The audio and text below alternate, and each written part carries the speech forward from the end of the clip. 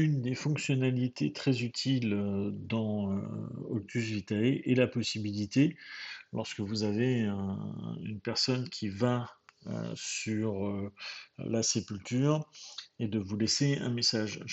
Dans une des vidéos, je vous ai montré que lorsque on était dans un QR code, il était tout à fait possible, là je vais reprendre le QR code de test comme on a déjà pu le voir, voilà, et là vous voyez donc toujours ce fameux QR code, et il y a le bouton envoyer ou voir les messages. Donc je vais vous faire une petite démonstration. Ici, donc il faut se mettre en situation, vous êtes sur la sépulture, vous voulez envoyer un message au propriétaire du QR code. Je ne sais pas, je suis passé sur la tombe, elle va bien, elle est en bon état.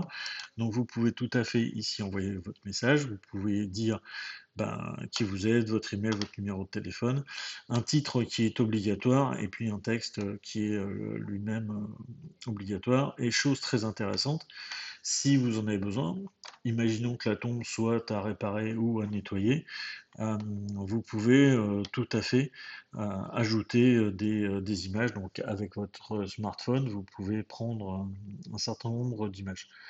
Pour les raisons de la démonstration et de la longueur de la démonstration, j'ai déjà préparé un certain nombre, enfin un message, euh, qui va nous permettre de vous expliquer comment ça fonctionne. Voilà, donc dans la partie des menus du haut, vous avez la gestion des messages, vous voyez le kit 1, là, donc ça veut dire que vous avez un message qui n'a pas été lu. Lorsque vous sélectionnez les messages, eh ben, vous voyez le fameux message tel que j'ai pu l'envoyer tout à l'heure. Vous pouvez, le plus simple, le supprimer. Alors il y a tout un tas d'options de filtres et de tri que vous avez là-haut. Le message a une passisse rouge, donc ça veut dire qu'il n'a pas été lu. Voilà, le titre, c'est celui que j'ai rentré de l'autre côté en préparation de cette vidéo. Et bien évidemment, vous pouvez tout à fait derrière visualiser tout le message qui vous a été envoyé.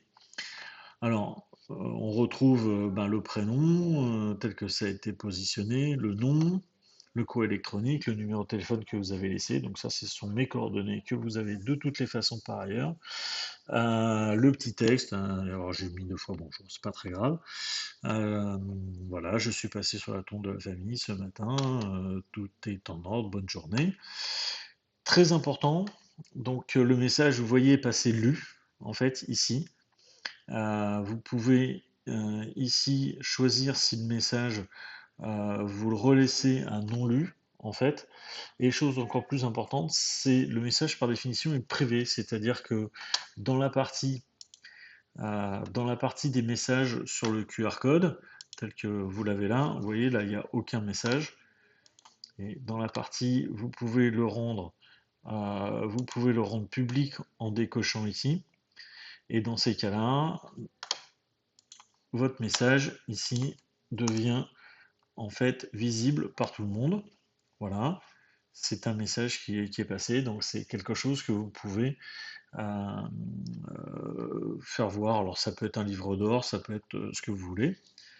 Et puis, quand vous avez pu prendre des photos de la message, là vous avez la possibilité de voir la galerie photo qui a été prise.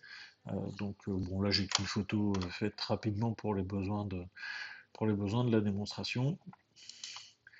Et vous pouvez voir les différentes photos. Voilà, donc quelque chose d'assez simple au niveau des messages. Public, privé, lu, pas lu. Et puis derrière, ça vous donne le message ça vous donne la possibilité de rendre des messages publics, donc visibles par tout le monde. Petite fonctionnalité très très pratique qui permet aussi pour une même famille de s'envoyer des messages pour entre autres exprimer le fait que la tombe est bien ou mal fleurie, que la tombe est à entretenir ou pas. Voilà, quelque chose qui est assez sympathique.